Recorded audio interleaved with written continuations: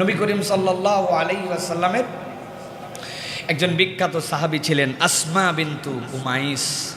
Asma বিনতু Umais যখন ঈমান আনলেন, ঈমান আনার পরে এই আসমা বিনতু উমাইসের সাথে বিয়ে হলো জাফর ইবনে আবু তালেব।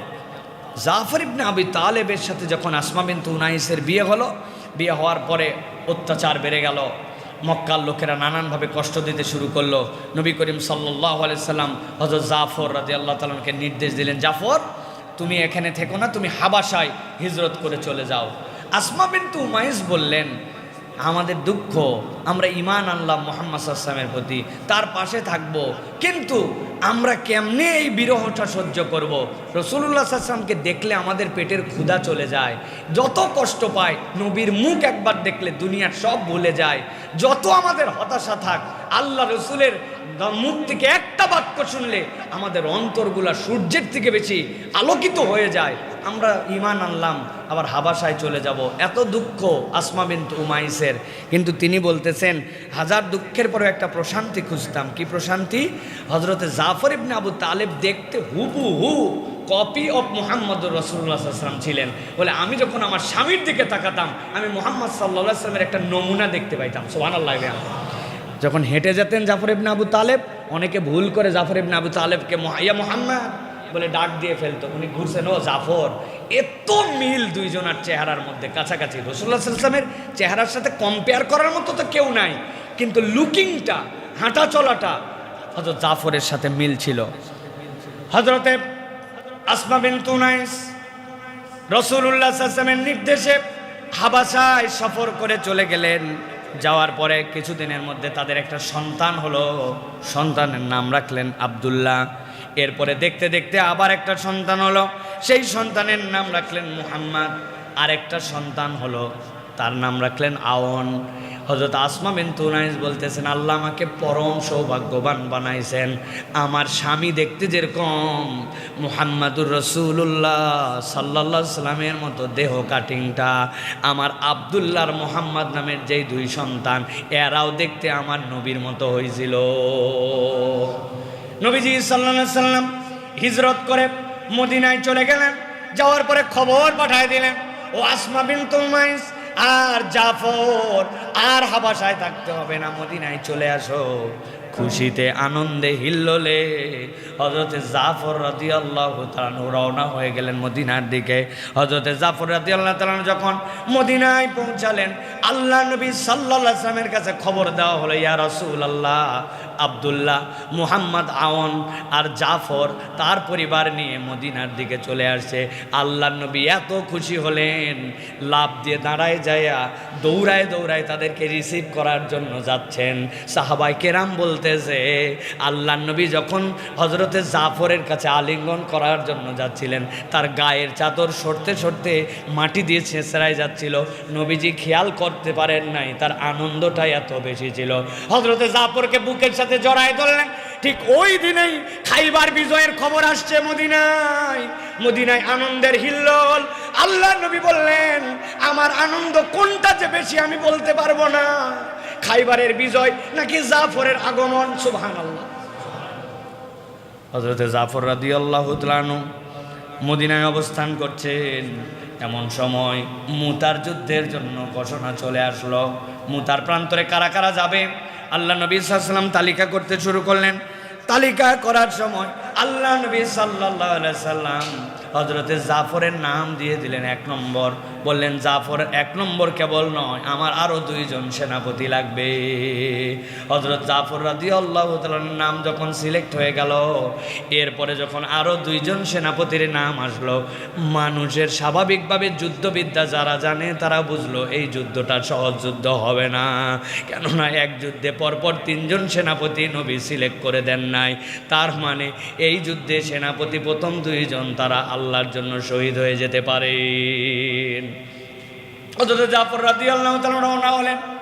ইসলামের ইতিহাস, যে ইতিহাস জাফর রাদিয়াল্লাহু তাআলা রচনা করেছেন, কিয়ামত পর্যন্ত নতুন করে ইতিহাস লেখা কঠিন।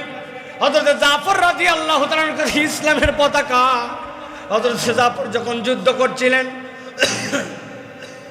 বিপক্ষের মানুষেরা তার যখন আক্রমণ করেছে, তিনি আক্রমণ প্রতিহত করতে যে তার ডান হাতটা হারাই ফেলেছিলেন।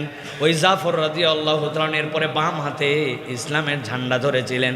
তারা যখন জাফর রাদিয়াল্লাহু তাআলাকে আক্রমণ করে বাম হাত ফেলে দিয়েছে, বাকি যে দুই পা ছিল, দুই পা দিয়ে বুকের সাথে জড়ায় ধরে ইসলামের পতাকাকে উজ্জ্বল করে রেখেছিলেন। কিন্তু যখন তারা তাকে আক্রমণ করে কোমরের নিচ থেকে শরীরকে আলাদা করে দিল, জাফর রাদিয়াল্লাহু তাআলার জান তখনও বের হয় নাই। তিনি তখন দাঁত দিয়ে কামড়ায় ধরে কাত হয়ে ইসলামের পতাকাটা মাটিতে ফেলতে দেন নাই, তারপরে উড্ডীন করে রেখেছেন। হযরত জাফর রাদিয়াল্লাহু তাআলা শাহাদাতের খবর নবীজি সাল্লাল্লাহু আলাইহি ওয়াসাল্লামের কাছে চলে আসলো। নবীজি সাল্লাল্লাহু আলাইহি ওয়াসাল্লাম পাগলের মতো দৌড়ায়া হযরত আসমা বিনতে উনাইসের বাড়িতে চলে গেলেন। যাওয়ার পরে ডাক দিলেন, ইয়া মুহাম্মদ, ইয়া আব্দুল্লাহ, আউন। সবগুলো দৌড়ে আসছে। আল্লাহর নবী কোনো কথা বলেন না, কিন্তু চোখ দিয়ে নবীজির পানি পড়ে। আসমা বিনতে উনাইস জিজ্ঞাসা করে, ইয়া রাসূলুল্লাহ, আপনার চোখ দিয়ে পানি কেন? নবীজি চিন্তা করলেন, জীবনে কখনো বানায় কথা বলেন নাই, ইয়ার কি ছলেও মিথ্যা কথা বলেন নাই, গোপন কেমনে রাখবেন? হযরত রাসূলুল্লাহ সাল্লাল্লাহু আলাইহি ওয়াসাল্লাম বলেন, আসমা, তোমার জন্য একটা কঠিন সংবাদ আছে। হযরত জাফর আল্লাহর রাস্তায় শহীদ হয়ে গেছে। যেই না নবীজি এই কথা বলছেন, কেমন মহিলা আসমা বিনতে উনাইস, তিনি সাথে সাথে বলে উঠলেন, ইয়া রাসূলুল্লাহ, ইয়া হাবিবাল্লাহ, আপনি আমার স্বামীর মৃত্যুর খবর দিয়েছেন, তবে আমি আপনার কাছে আপনার প্রতি অবতীর্ণ ওহীর একটা আয়াত আপনাকে জানাতে চাই। সাথে সাথে তিনি পড়ে ফেললেন, হাসবুনাল্লাহু ওয়া নি'মাল ওয়াকিল।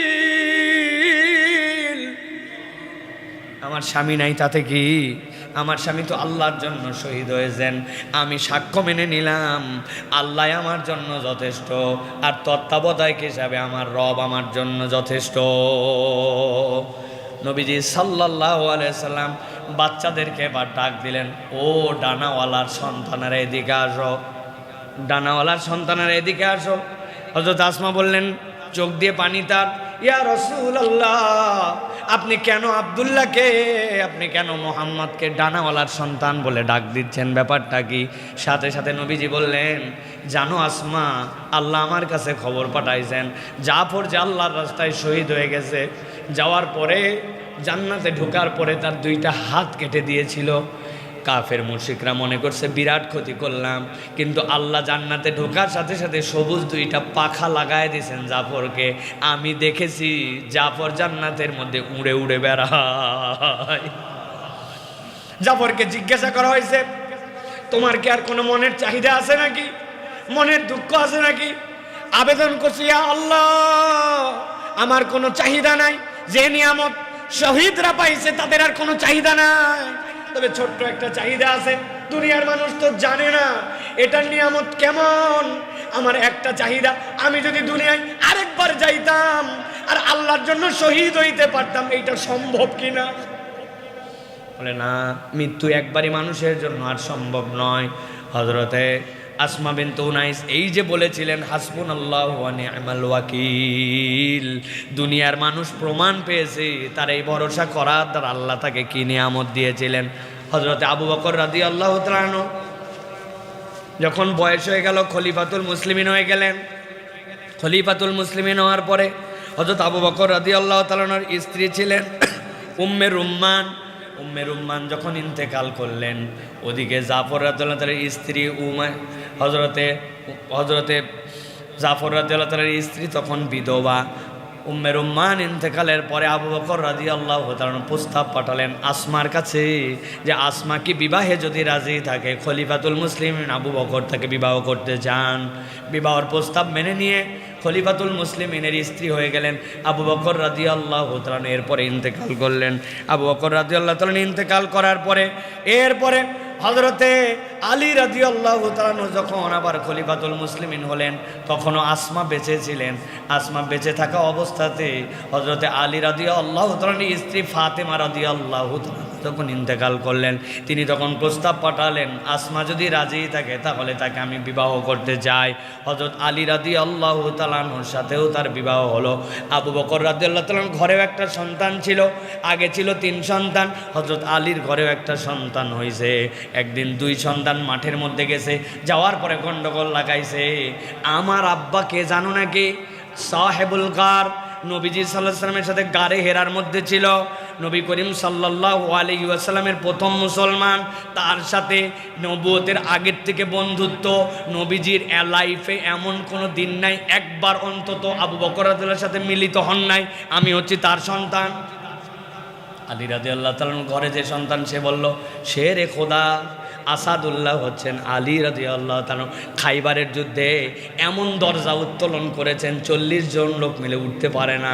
তোমার আব্বা তো একজন লোক, আমারটা 40 বাপের সমান শক্তিশালী, 2 জন লাগাইছে ঝগড়া। আসমা রাদিয়াল্লাহু তাআলার কাছে বিচার আসছে, নিজের বাপের বড়াই নিয়ে 2 জন ঝগড়া করে, ইসলামী বংশের গৌরব করা নিষেধ। কিন্তু আসমা রাদিয়াল্লাহু তাআলা এমন বুদ্ধিমতী মহিলা ছিলেন, তিনি বললেন, ঝগড়া করার কোনো কারণ নাই, সমাধান আমার কাছে আছে। বৃদ্ধ এবং বয়োজ্যেষ্ঠদের মধ্যে আবু বকর রাদিয়াল্লাহু তাআলা থেকে ভালো মানুষ আমি আর দেখি নাই। আর ইয়াংদের মধ্যে থেকে, শাবাবদের মধ্যে থেকে আলীর থেকে শ্রেষ্ঠ পুরুষ আমি দেখি নাই। কারো বাপই ছোট নয়, 2 জনই আল্লাহর কাছে মকবুল। হাসবুনাল্লাহু ওয়া নি'মাল ওয়াকিল। এক স্বামী হারাইছেন, আর আল্লাহ রাব্বুল আলামিন তাকে 2 জন খলিফাতুল মুসলিমিনের স্ত্রী বানায়া অভিভাবকত্ব রাষ্ট্রের প্রধানের দ্বারা দিয়া আল্লাহ ইজ্জতওয়ালা করে তারপরে দুনিয়ার থেকে নিছেন। জিজ্ঞাসা করতে চাই, যেই আল্লাহ আসমার জন্য এই ব্যবস্থা করেছেন, ওই আল্লাহ আছে না নাই? তার একটু বয়সটা শুধু বেড়ে গেছে, তাই তো? নাউজুবিল্লাহ। ওই আল্লাহ বলছেন, তুমি বান্দা ফাতাওয়াক্কাল আলাল্লাহ ইন কুনতুম মুমিনিন, যদি ইমানদার হও আমার প্রতি ভরসা করো। এই জন্য বান্দা যদি আল্লাহর প্রতি ভরসা করে, আল্লাহ রাব্বুল আলামিন ওই বান্দার জন্য যথেষ্ট হয়ে যান। আমাদের শক্তিহীনতার কারণ আল্লাহর প্রতি আমার ভরসা নাই, ঠিক কি না ভাই?